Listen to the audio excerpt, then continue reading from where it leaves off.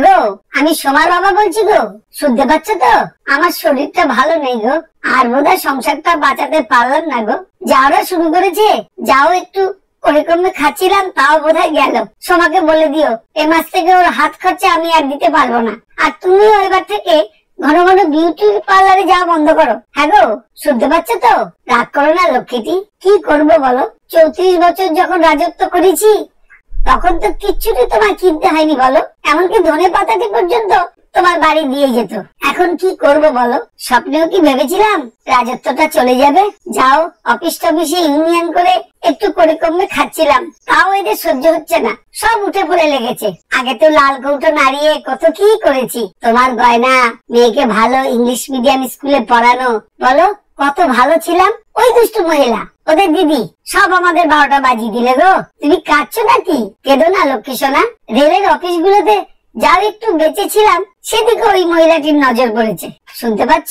উনি আরেক সাংঘাতিক এক দিদিকে, ওই দোলানা ফোলা, তাকে দায়িত্ব দিয়েছে আমাদের রেল থেকে তাড়াবে। না না, অত চিন্তা করো না, আমরা সব রকম চেষ্টা করছি গো, প্রশাসন দিয়ে খুব চেষ্টা করছি যাতে ওরা রেলে ঢুকতে না পারে। কি বলছো? আরে ওই দিদি একটা ইউনিয়ন বানিয়েছে, ওই টিএমসি নাম, বড্ড জ্বালাচ্ছে গো, তাই একটু চিন্তায় আছি। আরপিএফ এর সাহায্যে ওদের অনেক টাইট দিয়েছি, ওদের পোস্টার ছিঁড়েছি, ওদের ফ্লেক্স লাগাতে দিইনি, এমনকি ওদের নামে 1000 ঘন্টা কমপ্লেনও করেছি, তাও ব্যাটারা দমছে না গো। হ্যাঁ গো, তুমি একটা বুদ্ধি দাও না গো, আমার মাথার কাজ করছে না। হ্যাঁ গো, ঘুমিয়ে পড়লে নাকি গো? বছর বছর এর নামে ওর নামে চাঁদা তুলে ভালোই চলছিল বলো, এখানেও নজর। এখন কোথায় সমস্যা জানো? রেলের কর্মীরা আমাদের চালাকে ধরে ফেলেছে, সব ওই গালগুলা মহিলাটার জন্য। একসময় ও আমাদের কমরেড ছিল গো, ও তো সব জানে, আমাদের ভেতরের গ্যারাকল সব জানে। সেটাই তো এখন চিন্তা। এমনই অবস্থা রাজ্যে, না আছে একটা এমপি, না আছে একটা এমএলএ। কার কাছে দুঃখের কথা বলবো বলতো? একটু কার কাছে বুদ্ধি পরামর্শ নেবো বলতো? সব ধান্দাবাজ, দিদির সাথে তলায় তলায় ভালোই করে কমবে খাচ্ছে।